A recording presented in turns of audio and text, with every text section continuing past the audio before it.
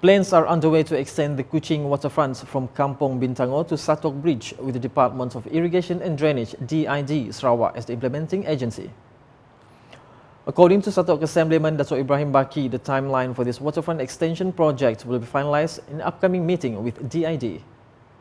Memang plannya kita mesyuarat bulan depan dengan DID untuk menyelaraskan bila timing kita nak buat lapan daya.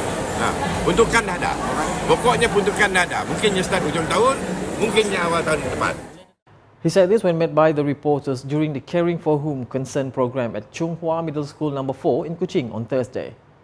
Earlier, the Satok Assemblyman presented Ang Pao packets to 100 underprivileged children from Chung Hua Middle School No. 4 and Chung Hua Primary School No. 4.